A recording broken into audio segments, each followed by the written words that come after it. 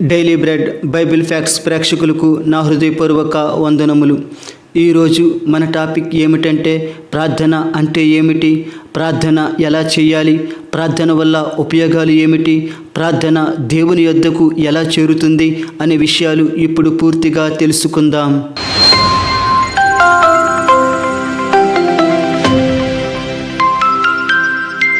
ప్రార్థన అనేది మానవుని ఆత్మ దేవునితో జరిపే మహా అద్భుతమైన సంభాషణ. దేవుణ్ణి విశ్వసించిన వ్యక్తి భావోద్వేగాలను, కోరికలను దేవునితో పంచుకోవడానికి మరియు దేవునితో సహవాసం చేయడానికి ప్రార్థనే ప్రధానమైన మార్గం.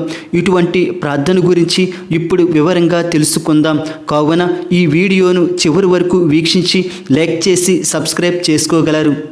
ముందుగా ప్రార్థన అంటే ఏమిటో తెలుసుకుందాం. బైబిల్ ప్రధానంగా హిబ్రూ, గ్రీకు అనే 2 భాషలలో వ్రాయబడింది. కాబట్టి మొదటిగా హిబ్రూ భాషలో ప్రార్థన అంటే ఏమిటో తెలుసుకుందాం. హిబ్రూ భాషలో ప్రార్థనను తెఫిల్లా అంటారు.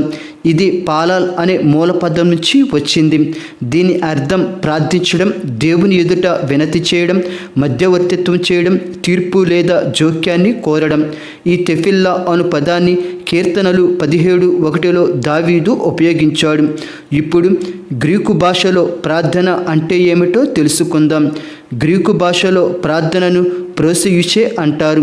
దీని అర్థం దేవునికి ప్రార్థించడం, వేడుకోవడం, ఆరాధనతో సంభాషించడం. కావున ఈ 2 భాషలలో చూసిన ప్రార్థన అంటే దేవునితో మాట్లాడడం అను అర్థాలు వస్తున్నాయి. కావున ప్రార్థన అంటే ధ్యానం లేదా మౌనంగా ఉండడం కాదు. ప్రార్థన అంటే దేవునితో నేరుగా మాట్లాడడం. మానవుని ఆత్మను దేవుడు సృష్టించాడు. ఆ ఆత్మ దేవునితో సంభాషించడమే ప్రార్థన. ఇప్పుడు ప్రార్థన ఎలా చెయ్యాలో తెలుసుకుందాం. ప్రార్థన ఎలా చెయ్యాలి అనేది మత్తయి సువార్త 6వ అధ్యాయము 5-7 వచనాల్లో స్పష్టంగా వ్రాయబడింది. ఇందులో కొన్ని ముఖ్యమైనవి తెలుసుకుందాం. 1. ప్రార్థన మనుషులకు కనిపించాలని చేయకూడదు. మనుషుల మెప్పు కోసం వీధుల్లో, బహిరంగ ప్రదేశాలలో ప్రార్థించకూడదు. 2. ప్రార్థనలో పదాలను ఆకర్షితంగా ఒల్లించకూడదు. మనసులో ఏదైతే ఉందో అది నేరుగా చెప్పాలి. 3. ప్రార్థనలో విస్తరించి ఎక్కువగా మాట్లాడకూడదు. ఏది అవసరమో, ఏది కోరుకున్నావో అది మాత్రమే హృదయపూర్వకంగా దేవునికి చెప్పాలి. 4. ఇంటి దగ్గర ప్రార్థన చేసేటప్పుడు ఒక ప్రత్యేక గదిలోనికి వెళ్ళి ప్రార్థించాలి. ఆ గది అనేది నెమ్మదిగా ఉండాలి. ఇతరుల మాటలు వినిపించకుండా తలుపులు మూసుకోవాలి. ఎందుకంటే దేవునిపై మనస్సును కేంద్రీకరించడం కోసం. 6. ప్రార్థనలో దేవుని చిత్తాన్ని కోరాలి. నా ఇష్టం కాదు, నీ చిత్త ప్రకారమే జరిగించు ప్రభువా అని వినయంతో ప్రార్థించాలి. 7. అప్పుడు దేవుడు ఆ ప్రార్థన విని ప్రతిఫలమిస్తాడు. అలాగే మత్తయి 6వ అధ్యాయము 9-15 వచనాల్లో యేసుక్రీస్తు నేర్పిన పరలోక ప్రార్థన ప్రకారం ప్రార్థనలో ఇవి ఉండాలి. 1. స్తుతి. స్తుతి ద్వారా దేవుని మహిమను కొనియాడాలి. 2. కృతజ్ఞత ద్వారా మనం పొందిన మేలులకు దేవునికి థ్యాంక్స్ చెప్పాలి. 3. విన్నపం ద్వారా మన అవసరతలను దేవునికి తెలియచేయాలి. 4. మధ్యవర్తిత్వం. దీని ద్వారా ఇతరుల కోసం ప్రార్థించాలి. 5. పశ్చాత్తాపం. చేసిన తప్పులను ఒప్పుకొని దేవుణ్ణి క్షమాపణ కోరాలి. ఇవన్నీ ప్రార్థనలో ఉండాలి. ఇప్పుడు ఏ భంగిమలో ప్రార్థించాలో తెలుసుకుందాం. బైబిల్ తప్పనిసరిగా పలానా భంగిమలో ప్రార్థించాలి అని చెప్పలేదు. బైబిల్లో భక్తులు వివిధ భంగిమల్లో ప్రార్థించారు. అవేమిటో ఇప్పుడు తెలుసుకుందాం. 1. మోకాళ్ళపై ప్రార్థించడం. మోకాళ్ళ ప్రార్థన అనేది తగ్గింపు, వినయం, సమర్పణకు సూచనగా ఉంటుంది. 2. నిలబడి ప్రార్థించడం. ఇది గౌరవంతో నిలబడి ప్రార్థించడం. 3. సాగిలపడి ప్రార్థించడం అంటే ముఖం నేల మీదికి దించి ప్రార్థించడం. ఇది తీవ్రమైన వేదన మరియు గాఢమైన ఆరాధనను సూచిస్తుంది. 4. చేతులెత్తి ప్రార్థించడం. ఇది దేవుని స్తుతిస్తూ లేదా దేవుని సహాయం కోరుతూ ప్రార్థించడం. 5. కూర్చుని ప్రార్థించడం. కొన్ని ప్రత్యేక పరిస్థితులలో కూర్చుని ప్రార్థించడం. 4 పడుకుని ప్రార్థించడం. అనారోగ్య పరిస్థితులలో మరియు తీవ్రమైన బాధలో ఉన్నప్పుడు పడుకుని ప్రార్థించడం. బైబిల్ ప్రకారం ఏ భంగిమలో ప్రార్థన చేశాము అనేది ముఖ్యం కాదు, కానీ హృదయపూర్వకంగా విశ్వాసంతో వినయంతో దేవునికి అనుకూలంగా ప్రార్థన చేశామా లేదా అనేదే ముఖ్యం. ఇప్పుడు ప్రార్థించడం వల్ల ఉపయోగాలు ఏమిటో తెలుసుకుందాం. 1. ప్రార్థించడం వల్ల దేవునితో సన్నిహిత సంబంధం బలపడుతుంది. 2. ప్రార్థన ద్వారా మనశ్శాంతి కలుగుతుంది, అనగా మన హృదయ ఆలోచనలకు దేవుడు కావలిగా ఉంటాడు. 3. ప్రార్థన ద్వారా జ్ఞానం లభిస్తుంది. 4. ప్రార్థన ద్వారా శోధనలు తొలగిపోతాయి. 5. ప్రార్థించడం ద్వారా మనం రక్షింపబడతాము. 6.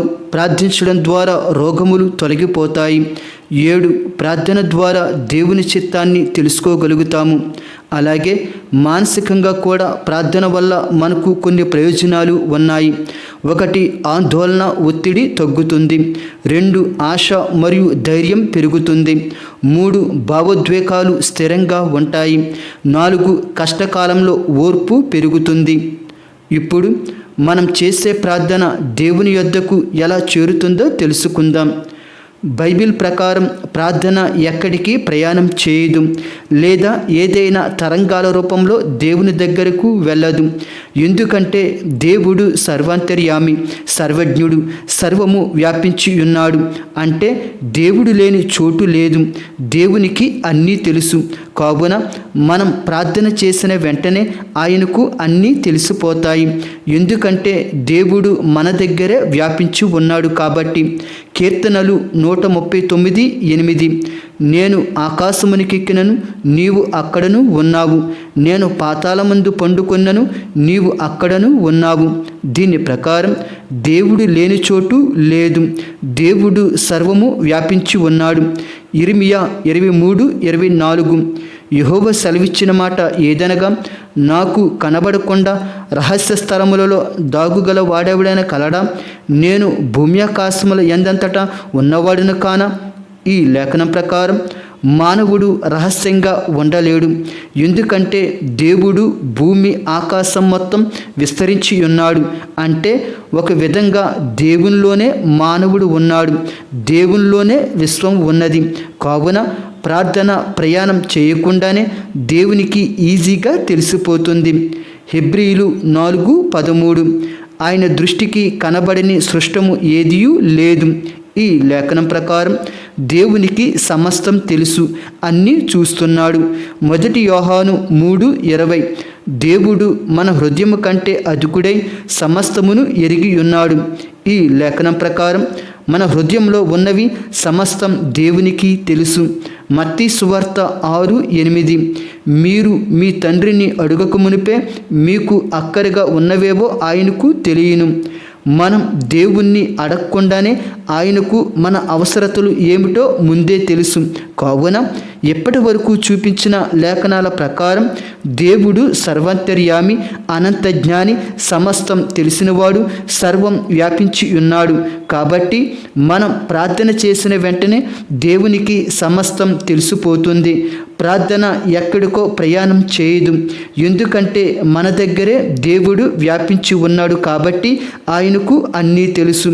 మన హృదయ తలంపులు ఆయనకు ముందే తెలుసు. కావున ప్రార్థన తరంగాల రూపంలో ఎక్కడికో ప్రయాణం చేయదు. కావున విశ్వాసులు ఎడతెగక మరియు మెలకువగా మరియు విసుగక నిత్యము ప్రార్థన చేయండి. దేవుడు మీ ప్రార్థనలు సఫలం చేస్తాడు. దేవుడు మిమ్ములను మీ కుటుంబములను దీవించునుగాక. ఆమేన్.